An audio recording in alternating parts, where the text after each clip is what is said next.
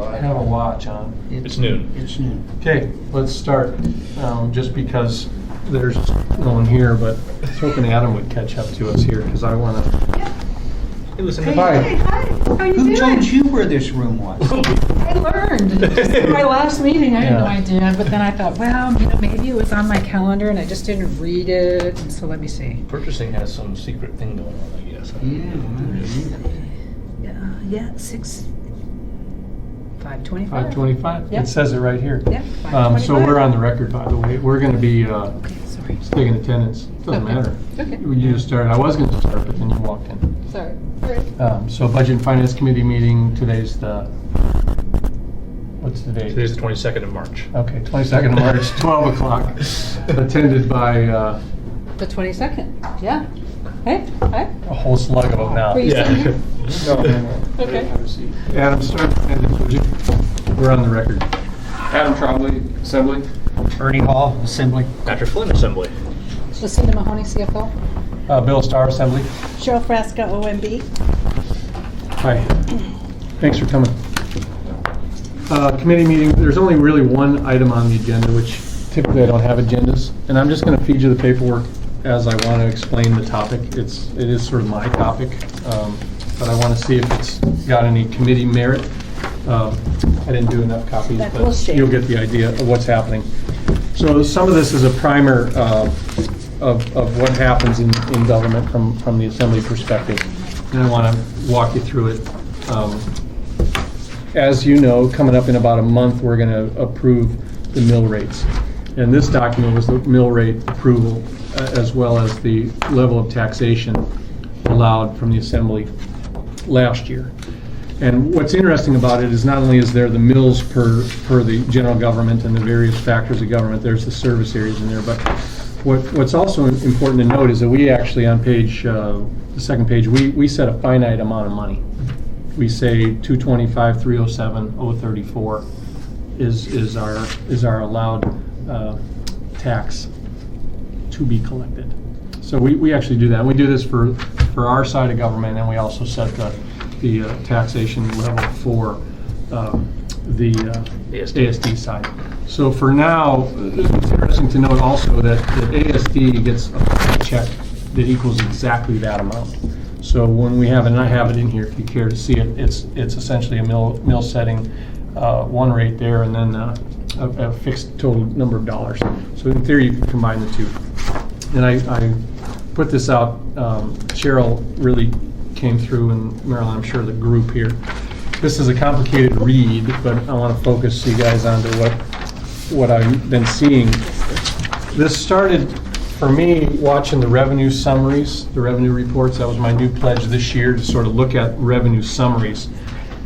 And this is a calculation. It reads pretty easily for itself, but the major funds are listed at the top, which is kind of what I want to do in an explanation format. First off, if you can look right in the middle of the document, right here, under this category, it says 2011 first quarter budget as approved, 225, 307, 034.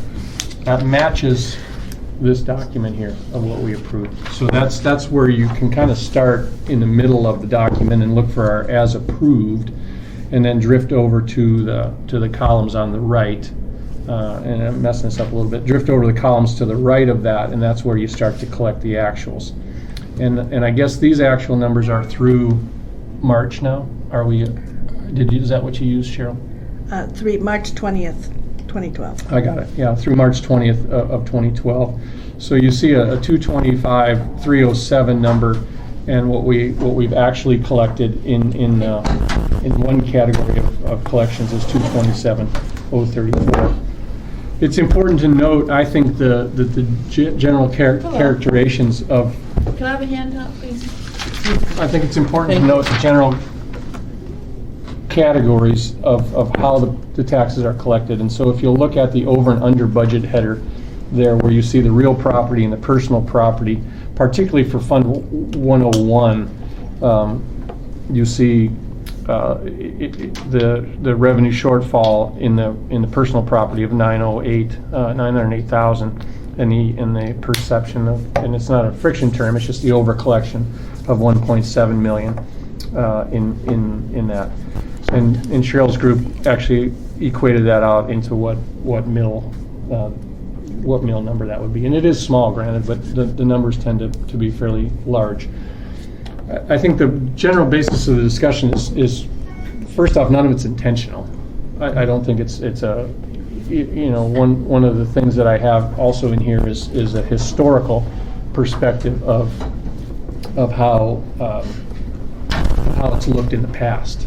And so the bottom line number here, and I'll just start, is when you do all the summary of it, we're about $1.7 million in those categories. They wash out in first off, over authorized, if you want to go back to the purest sense of that. And Excuse then me, can I in the interrupt you, sense- Mr. Chairman? Yeah. Can Ms. Drummond and I have copies of all the handouts? Well, that I've you only guys had are one discussing right now? before this, LV, and that was Okay. our assembly action approving taxes. So we The just. mill levy ordinance? We just started on Okay. time, and Thank so you the mill very levy much. ordinance was there. So Thank you, Mr. Chairman. some of the descriptive nature is that my basis for this, first the numbers started off larger mid-year. They were actually forecast to be a little bit bigger back in August and September. They looked like revenue collections were there, and so the exact science is what I'm sort of zeroing in on, with an idea that there's two topics I want to address. First off is that in years past, the tax cap has had various interpretations of what that forward base cap, and this is my opinion, I don't know if this is true or not, various opinions as to what number becomes the tax basis for the next year. And it could be interpreted as the combination of general revenue sharing and add-on to taxes. What it purest sense is is it 14, I think, that spells it out clearest, is the taxes to be collected as authorized by the assembly action. And so that would be the purest sense. However, we've done some collection clarity. L.V. Gray and Chris Birch and Mike Gutierrez, Ernie was in on this one. But to me, clutters it up just a little bit in that the interpretation in the future, you could very well, and I wouldn't want this to happen, you could very well zero in on the taxes that were collected, if you want to make your case of that. So that's the first point of sort of raising this topic. The second one is, and this is the reason for raising the topic, is that I believe the tax dollars are purest in this form right now. I think they're the purest before we do the fund balance leveling and before we sort of spread out the over collection dollars into things that were not supposed to be tax supported. And you can look at other aspects, and I have the revenue summary. If you guys, we've already approved the acceptance of it and seen it, but it speaks to all of the fund sources that some are over, some are under, and so the leveling in a cobbled sense from my perspective is we sort of take the excess dollars and level the ones that were short, and it all comes out in the wash. I'm not sure that's necessarily the best practice, especially when you have larger surpluses. I had a report which Cheryl produced just amazingly. I was surprised to see it. 10 or 11 years, or your department. Maryland. It was a 10 or 11 year history of how this has looked in past. Thank you, Marilyn. And so what I have now is so you sort of say, well, hey, look, we're 1.7 million over this year. What were we last year? What were we the years before? This is a new report that just was generated here this morning, and it actually goes back to 2007. I think I have enough of these to go around. Okay, we've got. Thank you. Enough of these to talk about the topic, in that I have an extra if you need them. So you can look at the total summary. This is a 2-page report, so you kind of have to look in total general government only. This exempts the school district taxation dollars. We assume that they just get what they ask for, and they do year in, year out. So if you look back in 2010, for example, the pure sense of the dollars is that the total government spending was essentially overfunded. by 4.4 million. It would be a summary of the service area collection dollars and the real personal property taxation. So you see that was probably the highest year that I've seen. Whereas you go in 09, in the bottom number there, total government revenue expectations was short by a couple $100,000. Not really all that bad. So it does vary throughout. Marilyn, the 11,000,008 on the bottom of that far right column on page 2, is that just from 2007? No, that's the cumulative. Over from 2007 forward? No, Yeah. I'm sorry. It does go out to 98, excuse me. Yeah, that's what I that was thought. probably a misrepresentation. Okay. on there. I want to have a comment. Yeah, in just one second. Okay, because this is all Bill Starr interpretation of it. And so I guess the idea here is that there's this phenomenon that occurs, not intentional or otherwise, that we end up gathering more tax dollars than first, that the budget is based on an expectation that they're going to get $225,307,034 to fund government services. And when we come in over that, we ultimately have available dollars to push into fund balance or additional spending. When we're short, in the years that tax dollars haven't been collected, revenue dollars in general haven't been collected in enough to support government, then of course we dip into fund balance. So, I've always wanted to know where the drivers were on fund balance increases. And fund balance increases, as they come on in their purest sense, you'd hope that at the end of the year you spent what you were authorized or appropriated and you collected what you were supposed to, and it comes out really close to our fund balance approved levels of 10 and 2 in those rough numbers. So some of this is where this occurs, and then I guess the argument is, what do you do with it? Where do you go with it, and how do you rebate it? So that's where this proposed ordinance change would say you would generate a mill rate credit just before you set the mill for next year. And I sent this out electronically to some. So these to the formal committee members that have it, that's really where it would go. So in this concept, it says just before we set the mill rates for next year, we go back to, and I'm not saying this is what we would do, but if you go back to this first chart of 2011 summary, you would have a credit, I would assume, of these mill percentages or these mill points back to those categories, or in some cases you would tax more to adjust those mill rates. Okay, that's what I have to say. I don't know if it's a good idea or not. When you're talking $4 million worth of revenue collections over and above budgetary needs, to me it seems to be a good idea. Is $1.7 million in the purest sense of taxes, is it appropriate to send it into fund balance? I don't know, probably. You were first. Okay. Well, what I wanted to point out for you all in regard to how you make your decision is in regard to the 2010 variance, the 4.4 million seems like it's, really a high variance. But I want to point out that 4.6 of that related to a tax settlement that related to 2006. And because that case is being appealed at the Supreme Court level, we set this aside, and it's not even available in our surplus fund balance. And so that is actually really indicative of a lot of the fluctuation that does go on in these numbers. I mean, we're trying to estimate assessed value of $31 billion, which is hugely significant.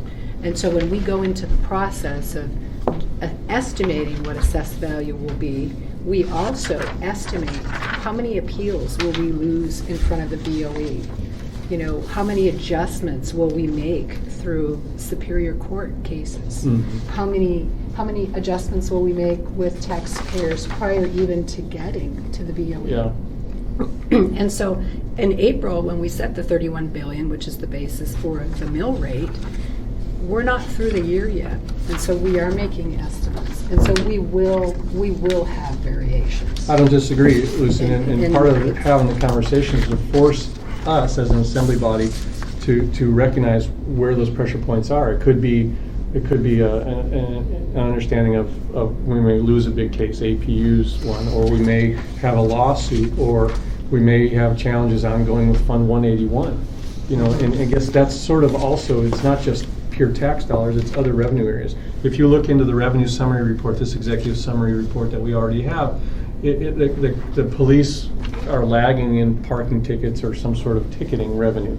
So, you know, what ends up happening in its purest sense is that our expectation, we built the budget around them generating, not that I want to go out and write a bunch of tickets, but in to make up that revenue gap, you're gonna in the fund balancing leveling process, you're gonna take tax dollar surpluses and essentially, in my viewpoint, you're gonna say we were short in that revenue stream, and so, you know, it just sort of, to me, the process of taking those surplus dollars, whether they're short, over, or under, needs to become more inclusive of the assembly decision-making that goes into that.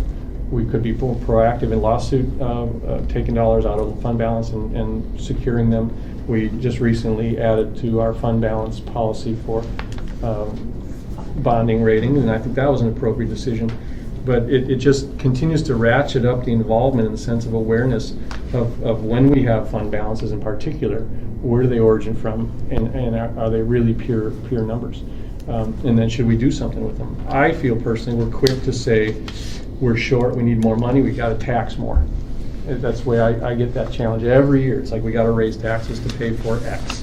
And I guess I'm just looking at the fact that maybe in some cases we've got peer generated tax dollars to about 1.7 million that we should give back first, especially if our fund balances are looking healthy, especially if there's no other challenges, and as we start to recover.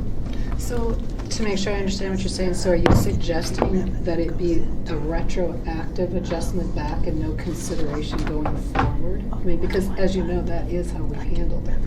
To a degree. I mean, I don't disagree, and I didn't print the 10-year statement. When you have significant revenue shortfalls would be when I can't answer that. When you have made enough revenue to meet your budgetary needs as approved in the budget, then I say yes. I say that especially if your fund balances are healthy or you met the assembly regulations, is why wouldn't you? The government's not supposed to make a profit at the end of the year. If I could Yeah. just sort of carry this forward, because what we would do typically is that if you go to the one pager, this Mhm. one, on the far right column, you'll see that for the 5 major funds, there's 1.7 million of property taxes collected that's available to be applied to the 2012 budget. Mm-hmm. So what we would typically propose would be 830,000 of that from 101 property taxes would be applied and offset collection of $830,000 of property taxes in 2012. So we collect less than we otherwise would based on the budget that the Assembly's approved. You already do that? That's how we do it. That's what we Okay. do with fund balance. Mhm. We take it I forward get that. instead Yeah, of so going we backwards. offset the amount to be Mhm. collected by the amount that remains at the end of the year. And so in that way, we do a credit, if you Mhm. will, against the amount that's necessary to support the budget as approved by the Assembly. And so it's not as overt, you know, it is Mhm. subtle. But functionally it works But the same. functionally, that is the result that we're getting. Hmm. But it maybe is not as clear in its communication. It isn't, and I studied it hard, because then why isn't the fund balance a finite number? Why couldn't we predict that there's an exact amount of money in that fund balance? Because the amount that remaining at the end of the year is also tied to how much you spent. It's the difference. Okay, so Okay, add so that, in That's this another case, we variable. underspent. Correct, we didn't spend every dollar that we could have Mhm. of those property taxes, as well as, you know, there could be other revenues too that are left Mhm. over. But in terms of the property taxes, this is what went unspent Mhm. of the amount that the Assembly authorized us to collect. Well, I know we don't have the fund balance amounts in yet, but if you take that scenario where we didn't spend everything that was appropriated by good management or other luck or whatever, whatever happened, and then you have this as well, then technically we're, 13% banked of our bond rating and 3.5% of our emergency. Do we need to be? I'm glad you And clarified. then what do you do with it? Oh, I'm sorry, Bill. No, that's how my meetings run, Patrick. We just interrupt. I'm glad you kind of clarified what you're trying to do, because when I first read this, I was thinking we were trying to provide some sort of retroactive tax credit, and I had concerns about how it would work functionally, because you do Understand. have properties that change hands over the Correct. course of the year. I saw your question on that.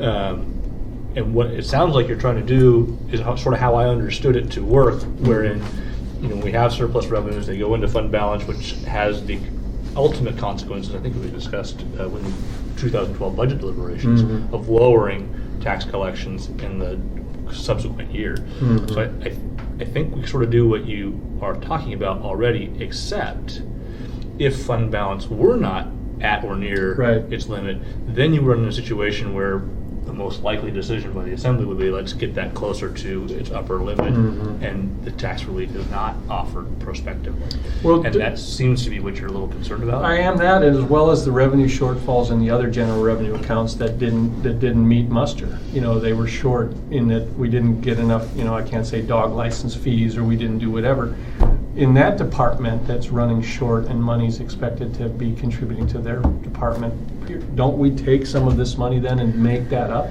Not really. What we do is base it on we're going through fine tuning, working with Treasury, all of these other revenues. Mhm. Okay, if they're short, I guess it depends on how is the glass half full or half empty. So if these are revised downward, all these other fees, Well, it's- and we need more revenue to pay for the level of spending, then yes, we would increase taxes. Okay. Okay, but what about the factor of today, that they were short? When you look at the revenue Today, short. you mean like last year? Yeah, or like, now you see animal shelter fees were $102,000 short. So in the DHSS contract, or however animal fees are distributed, which fund balance, where they go, what monies makes up the 102? But they may have some other overages Yeah. too. In that other department? revenues, in that account code, that revenue account. Mhm. When does that leveling occur? It's part of the, It occurs at the fund level. Yeah. See, what we do, you guys see this spreadsheet? This brings together all of the revenue sources with Mhm. all of the expenditure sources by fund. Right? And then we look at our IGCs, and we look at what our encumbrances are. Mhm. And this is the format that we use to I've seen it. determine, what is our unassigned fund balance. That's the new GASB term for surplus. Mhm. Okay. Mhm. So whatever is unassigned then can be used as a revenue source for the next year. And it can either, if we have higher unassigned, then it can reduce the taxes in that fund. Okay, in let's go to regard that statement in requirement. general.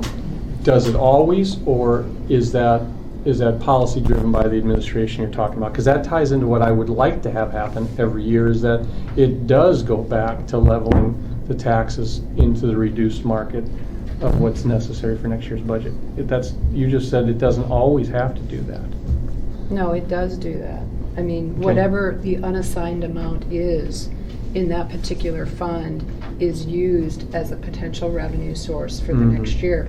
Now, if we would determine, like you all determined at the end of 2010, that Fund 181 Mhm. needed some additional revenues, Right. you appropriated that out of Fund 101, anticipated Mhm. unassigned funds back over into Fund 181. Right. And so you all approve that, but typically, Begrudgingly. but typically through this process, we don't do that. We stay within the fund because Mhm. that's what the code requires. Okay. I don't disagree. Okay. I don't disagree. I want to explain when in fact we have that unallocated, what'd you call It's it? called unassigned. Unassigned, okay. Now So it's that's called that kind of term. unassigned. It's unassigned, it's the new GASB lingo and, Mhm. We have to change the lingo every few years so we can stay confused. I know, From the- I know, but from now the- that's what we'll be using, so that's our new word. So, and you'll see that in the school district, Hoffer, you'll see that in all your government financials now. That Okay. is what it's called, it's unassigned. Do we dare go back to the policy of what becomes the new tax cap, per se? Is this, and maybe I could get Elvie Gray to tell me what she was thinking. Ray Jackson. I'm sorry. Thank you. Elvie Gray Jackson. Let's go down that road. And it was a courtesy to let you determine what you saw back when we approved that action to clarify the language on the tax cap. You remember that I'm action? sorry? a courtesy? I'm confused. I'd like your opinion on whether or not the action that you had passed at the assembly level clarifying the tax cap calculation, was it successful in what you were trying to do? I'm not prepared to give an opinion right now, Okay. Mr. Chairman, but thank you for asking. All right, that was the courtesy. Yeah, Let I'll me send ask you you email. this. The policy, you told me the other day that you will only appropriate to the tax cap base next year what we approved at the assembly by ordinance the year of, not the taxes that, in this case, the 227 or the $1.7 million more. Right. Is there a case to be made that you could interpret code language to say that you could push the 2.27 or the? No, what we use is the number that's in the ordinance, the mill levy ordinance. See do you have a copy I happen to have a copy. of the Charter language? the LV. Oh, I do have it somewhere. But Ernie, here's everybody. ordinance. Here, if you want to, Thank you. if, as an example, here, pass this around. And if you go to page 2, since we've been talking about 2011, Yeah, this is it here, Patrick. Thank you. LB, this is what you I guys. think she's got a copy. I have Yeah, it. the tax Thank you, Mr. Chairman. okay, but just in terms of tracking, if you go to page 2, if you go to page 2 of that packet, it's the tax cap for 2011 and then what was before you last fall for 2012. But you can see the number. We've been talking about 225 million on line 55. Right. That's the same number that was in the ordinance that set the mill levy. And so what the legislation that was passed last year was to clarify that the number to be used for the base was the property taxes to be collected, Okay. which is the on line 15 on the ordinance, property taxes to be collected per the charter limit. So that's the line, that's the number that we use for this. And the reason for the clarification actually is on page 1 of that packet, which I don't think we necessarily want to get into today, but it was just because we had conversations yesterday about prior years, and this was in 07, 08, 09, where a different number was used, a different for the base. And so the ordinance that was passed last year clarified that it's this number in the ordinance that sets the mill rates is the base for calculating the tax cap. And And I so will make this one, when I wrote Mr. my Chairman, it is proposed- accurate. Yeah, that's the way it should be. Okay, I agree with that. And I didn't, I kind of knew that, but I had come off the years in '07 and the big debates where we had that. And so when I started doing my revenue study of that, it was like, well, is that really true? Or do we leave ourselves some room? I think that the two words that sort of assure you of that that's correct calculation is to be collected as opposed to collected. Yeah. Because if it said collected, then I think that might open the door to your scenario Then it goes where we over collect and use that as the new base. But because it's to be and based on the actual legislation we pass, I think that's what. It might be, there is some together. language that's not quite as strong or quite as clear in charter, in chapter 14, section 03, which I didn't print. Oh, yeah. And that talks about the approved amount. Well, that's because these guys, Larry, back in the day, wanted to give themselves some flexibility when they got to the Right, code part. right. Well, I mean, Right? Thanks, Patrick. this topic's been all over the board for me for a couple reasons, is that the revenue fund balance forecast, or not the fund balance, the revenue forecast, we start to see August, September, or whatever, and it looked like it was building at a fairly significant rate. And I've done my homework, and it's like, I either want to move the issue or put it to bed in its purest sense as to where we go. And then I also want to have a precursor to where we may need to do something from an assembly perspective, like Lucinda used the 181 fund. It was either, force that department continued cuts or give them some more money and let them ride it out and just bring it all above board so we can talk about it. You know, so is there things that we should be doing as we determine what'd you call it again? Unassigned. I'm never gonna get that one. The unassigned. You'll get it right about the time they change it. You'll get it. The unassigned monies, do we need to be more proactive in the assignment of those unassigned dollars earlier in the tax year or earlier in the budget building process or some other things? So I don't know the answer to that. To me, I don't like the ever increasing assumption that we have the money, therefore we should spend it.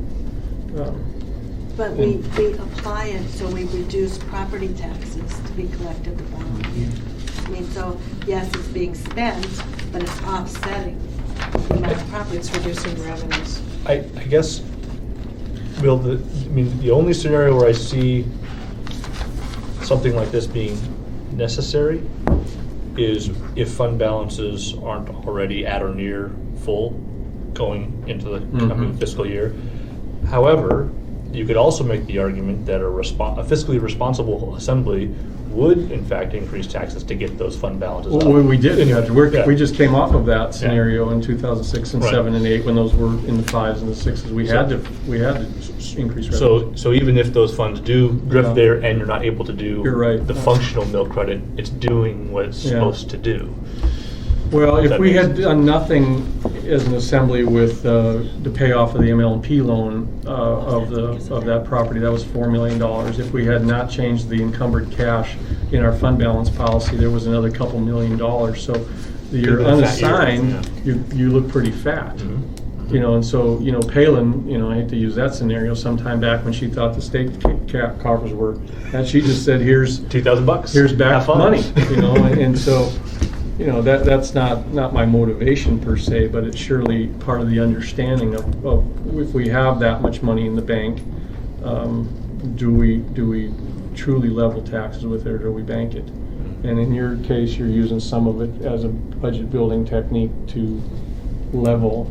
I'm not sure I'm saying this correctly, but your 6-year fiscal plan has the expectation that you're going to have money to spend out of fund balance already over and above our 10 and 2.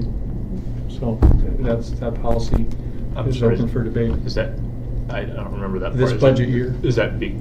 You expect to have a surplus beyond what our fund balance is, or they'll grow because of the size of the overall budget grows and we're keeping a In a percentage? 6-year plan, well, for 2012, you recall, we anticipated using $8 million of unassigned fund balance as a revenue source for 2012. Right. And then going out 13, 14, 15, 16, I think I used a $3 million number.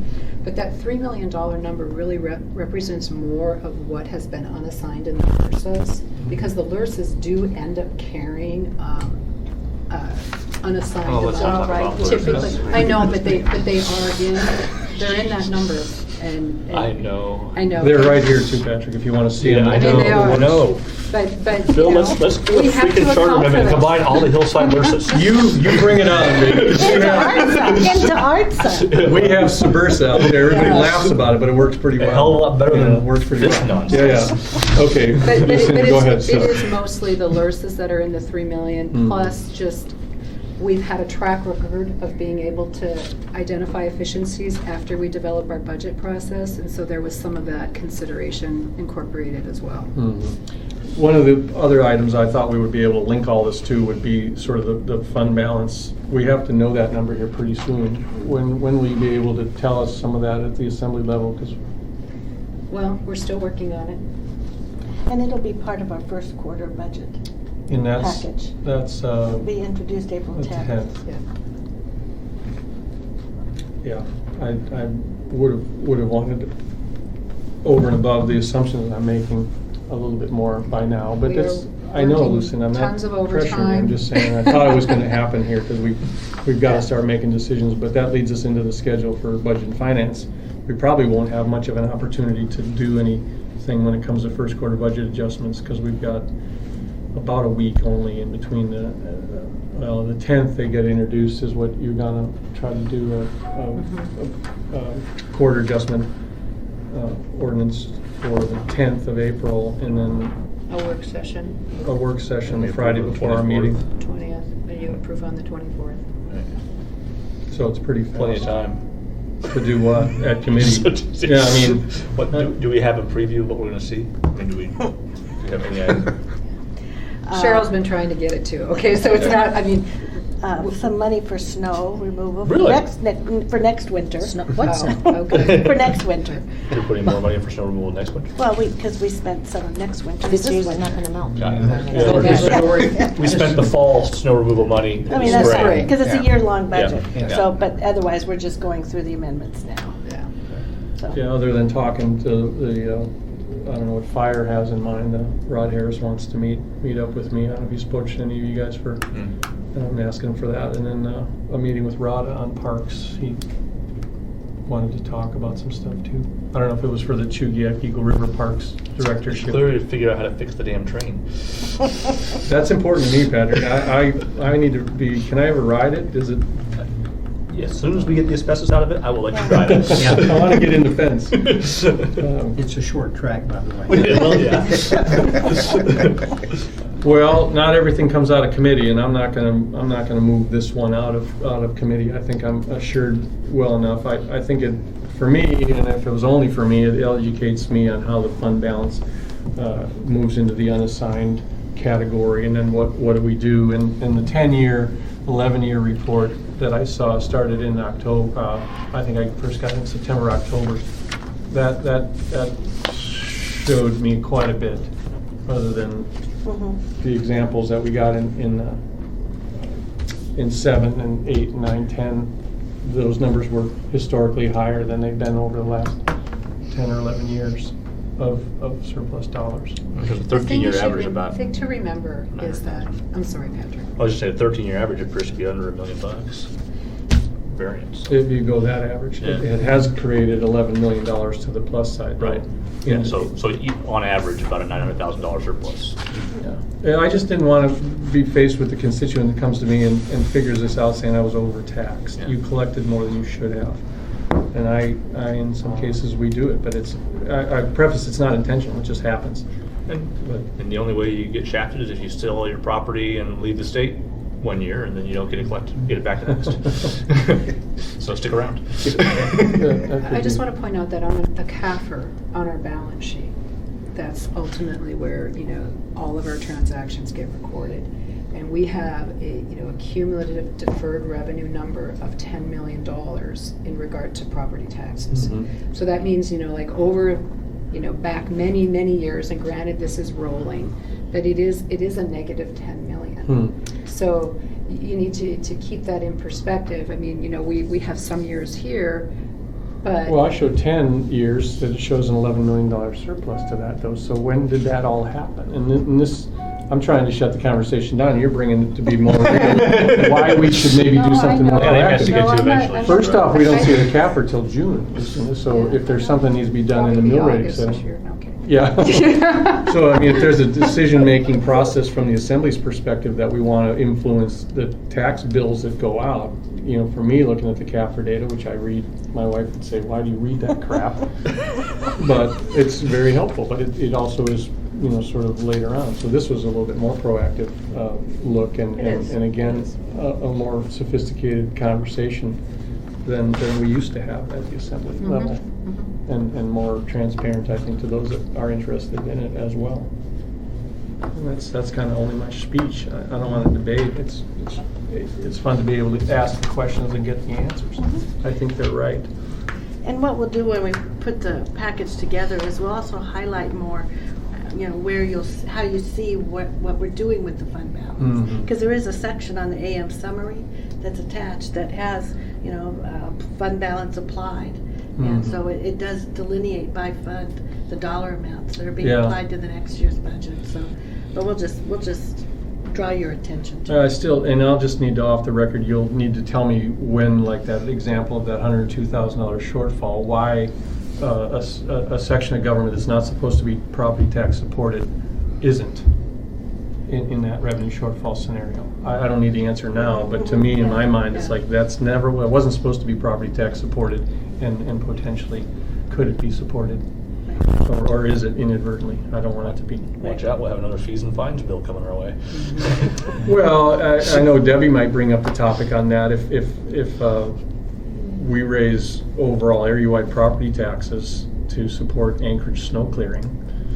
Well, What- it's just ARTSA, It's ARTSA, yeah, ARTSA pays for itself. Anchorage Road Drainage Service Area. Is what, is the fund that we increase only? Yes, so all you people who come in from Eagle River. Are into- sponging off into of the us. flatland, and all Come out those to people, our area. and all those people on the hillside who come down to the flatlands aren't paying a dime to More, clear the snow. more people are driving our Hallelujah. roads because they're cleaner and they're smoother.